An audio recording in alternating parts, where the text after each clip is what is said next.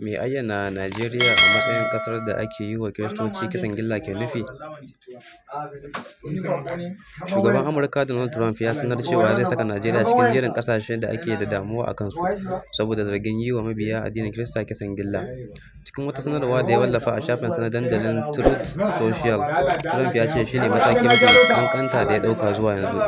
Kiristanci na fuskantar babbar barazana a Najeriya, in ji shi. Ana kashe dabban Kiristoci kuma masu tsaurin kishin Islama ne ke aikata wannan kisan gilla. Saboda haka na ayyana Najeriya ƙasar da ake da damuwa a kanta. Bugu da ƙari, Trump ya ce ya bai wa 'yan majalisar wakilai Riley Moore da Tom Cole umarnin fara bincike kan hakan kuma su kai masa rahoton sakamakonsa.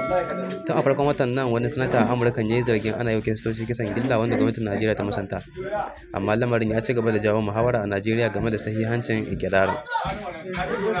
Bayan daga ma'aikatar harkokin waje ta Amurka sun nuna cewa sakataren harkokin waje na Amurka ne yake ayyana ƙasa a matsayin wadda ake da damuwa a kanta idan aka samu cewa ƙasar na mummunar take haƙƙin mutane wajen gudanar da addini a ƙarƙashin dokar 'yancin addini ta ƙasa da ƙasa, wato RFA ta shekara ta 1998.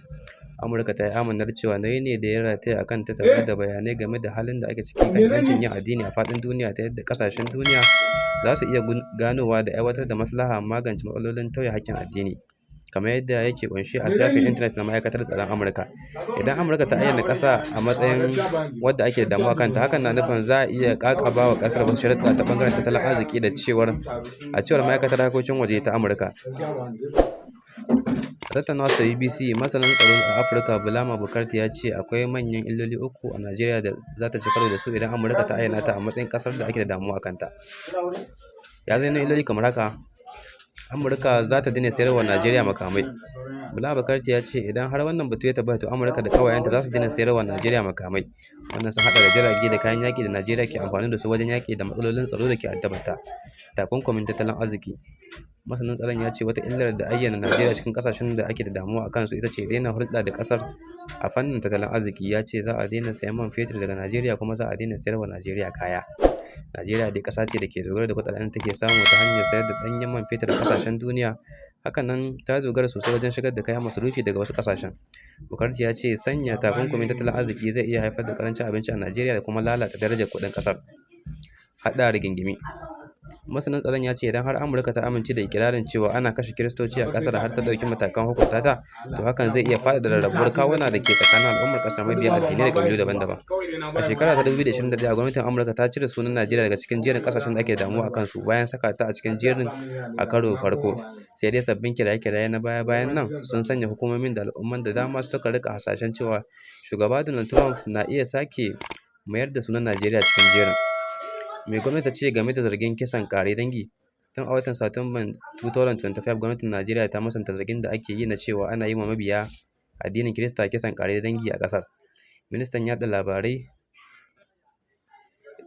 da wayar da kan al'umma na ƙasar Muhammad Idris ya ce ikirarin da wasu kafafen yaɗa labarai da wasu masu amfani da shafukan sada zumunta ke yi kan cewa ana kisan ƙare dangi ba gaskiya ba ne, duk kuwa da cewa ƙasar tana fama da matsalar tsaro. Gwamnatin tarayya ta yi Allah wadai sannan ta yi watsi da ikirari na baya-bayan nan da ake yi kan cewa 'yan ta'adda a Najeriya na kitsawa da aiwatar da kisan ƙare dangi akan mabiya addinin Kirista. Ya ce ba za a bayyana matsalar tsaron da ƙasar ke fama da ita a matsayin wani rikici da ke shafar wani ɓangaren al'umma guda ɗaya ba. Ayyukan ƙungiyoyin 'yan ta'adda bai taƙaita akan mabiya wani addini ko ƙabila ɗaya kawai ba.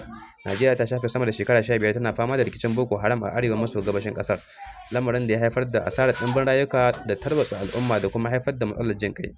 Ƙungiyar Boko Haram ta fara ne da da'awar ƙauracewa karatun boko, inda ta rika kai hare-hare kan jami'an tsaro da kuma hukumomin gwamnati. Sai dai ƙungiyar ta kuma rika kai hare-hare kan fararen hula a kasuwanni da kuma wuraren ibada kamar masallatai da majami'u. Hakanan mayakan ƙungiyar sun rika kai hare-hare a makarantu suna garkuwa da ɗalibai. Ɗaya daga cikin shine sace ɗaliban makarantar sakandaren mata da ke Chibok a jihar Borno a ranar 14 ga watan Afrilun shekara ta 2024. Sai dai baya ga Boko Haram, akwai matsalar rashin tsaro tsakanin manoma da makiyaya a yankin tsakiyar Najeriya.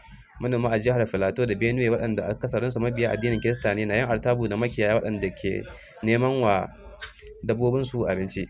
Hare-hare da kuma hare-haren ramuwar gayya sun yawaita a yankin, inda hakan ke haifar da asarar rayuka da dukiya. Sai gwamnatin Najeriya ta ce tana bakin ƙoƙarinta wajen ganin ta samar da zaman lafiya a yankin. Matsalolin tsaro da suka raba hankulan jami'an tsaro Najeriya sun sanya ana ci gaba da samun irin waɗannan hare-hare a kusan dukkanin yankunan ƙasar. 'Yan fashin daji masu ɗauke da makamai na kai hare-hare a jihohin arewa maso yammacin ƙasar, inda suke kashe mutane tare da garkuwa da su domin neman kuɗin fansa. Hakanan ƙasar na fama da rikicin 'yan awaren Biafra a kudu maso yammacin ƙasar.